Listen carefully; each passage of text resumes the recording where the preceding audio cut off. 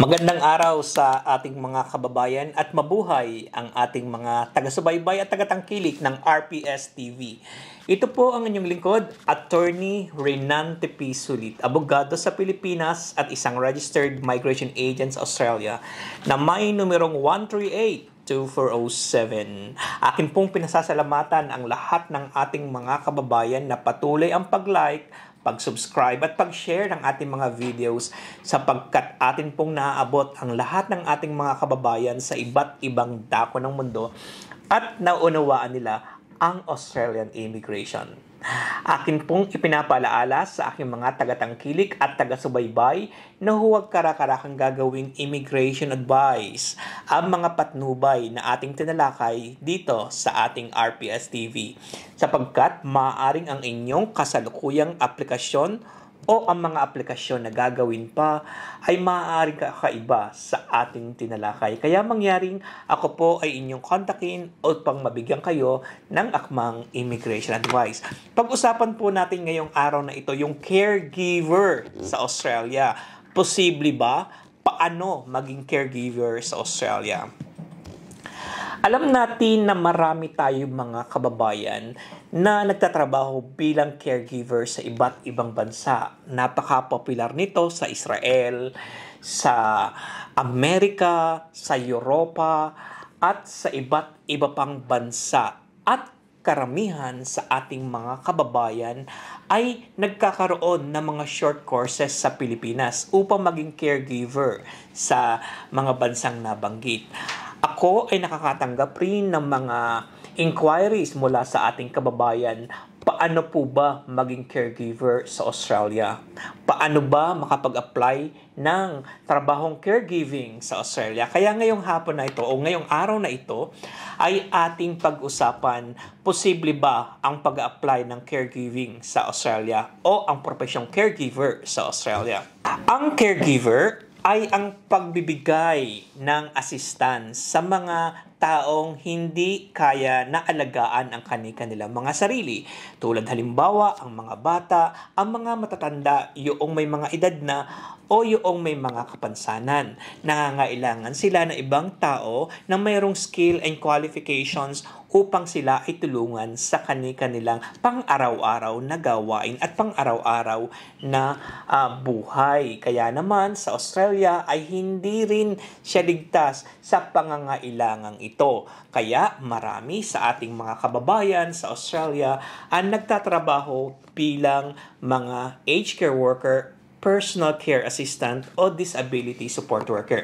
Ito ang katumbas ng caregiving sa Australia. Kaya pag sinabing caregiver, ang katumbas nito sa Australia ay ang aged care worker, personal care assistant, o ang disability support worker. At marami sa ating mga kababayan ang nagtatrabaho sa profesyong ito. Pero papaano ba sila nakapasok ng Australia? Meron bang agency sa Pilipinas na magpapadala sa Australia ng mga caregiver? O pwede rin bang mamasyal ang mga Pilipino sa Australia at mag-apply ng caregiver na tulad ng ginagawa nila sa iba't ibang bansa? Hindi po. Napaka-organized ng sistema po sa Australia. Karamihan sa ating mga kababayan na less than 35 years old ay dumadaan sa pagiging international student at kumukuha ng aged care course at ang iba naman ay kumukuha ng disability course. Ito ang mga courses na leading sa ganitong gawain, ang pagiging aged care worker o personal care assistant. Napakataas ng demand ng aged care worker at personal care assistant sa Australia. Patunay dito ay ang pagpapalabas ng pamahalaan ng Australia ng Care Labor Industry Agreement.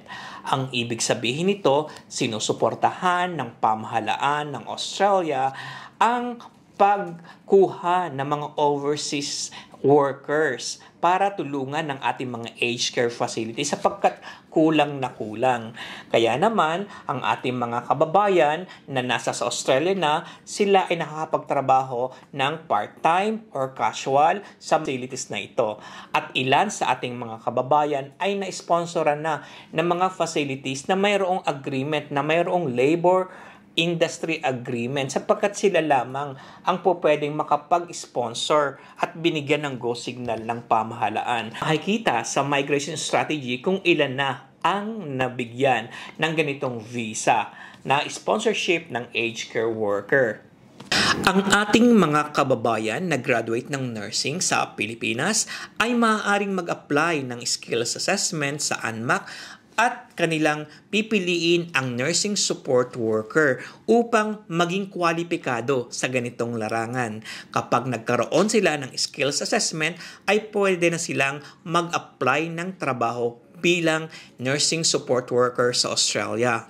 Ito ay katulad rin ng aged care worker or disability support worker. Ang mga kababayan naman natin na hindi nurse, ngunit sila ay nagtatrabaho ng 12 buwan bilang caregiver o yung mga profesyon na mayroong direct care sa mga pasyente ay pwede rin mag-apply ng skills assessment upang maging kwalipikado sa ganitong larangan.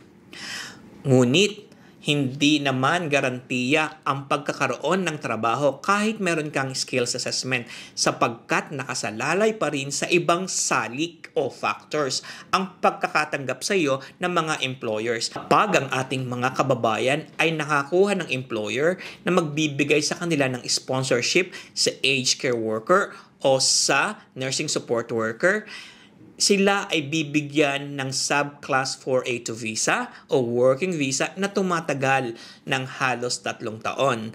Pagkatapos nila na makapagtrabaho ng 2 o 3 taon, maaari sila mag-apply ng permanent residency. Ang isa nga lamang suliranin sa ganitong aspeto o ganitong visa ay yung kapasidad ng mga facilities na magbigay ng sponsorship. Baba pa ang bilang ng mga nabigyan ng sponsorship. Tatanong nyo sa akin, kung may ahensya ba sa Pilipinas na nagre-recruit ng mga caregiver para sa Australia, ay mangyari pong tingnan ninyo ang listahan sa POEA. Sapagkat naroon ang mga listahan, pero ang aking opinion hanggang ngayon ay makikita nyo ang mga approved facilities sa website ng Department of Home Affairs. Makikita nyo rito ang mga facilities na mayroong approval ng Australian government na labor agreement. Ang ibig sabihin, pwede sila makakuha ng mga overseas workers na nursing support worker sa kanilang mga pasilidad. Hindi rin akma ang mga kababayan natin na more than 35 years old na mag-apply ng student visa sapagkat sa aking opinion ay magkakaroon sila ng problema sa genuine student visa requirement. Kaya naman sa aking mga kababayan, ang katanungan, caregiver sa Australia, posible nga ba? Posible po ang caregiver sa Australia kung kayo ay merong skill and qualifications at ating hihintayin mula sa Australian government ang pagpapalawig ng programang ito. At kapag nakita natin na tumataas na ang bilang ng mga nursing support workers or disability support workers na nai-sponsoran ng Australian government, ay matutuwa po kami na kayo ay bigyan ng ganitong mga assistance. Ipinapaalala ko po na ang RPS Migration ay hindi recruitment firm.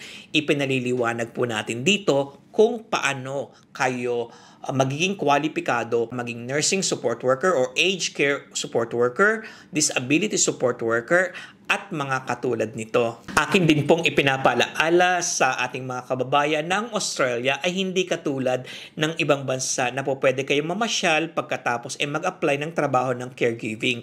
Hindi po ganon ang sistema sa Australia. Kinakailangan meron kayong skill and qualifications upang kayo ay matanggap sa trabaho. Daan kayo sa tamang proseso upang magkaroon ng tamang landas sa Australia. Ito po ang inyong lingkod, Attorney Renante P. Sulit, Registered Migration Agent sa Australia na may numerong 1382407. Kay RPS, sulit ang visa mo.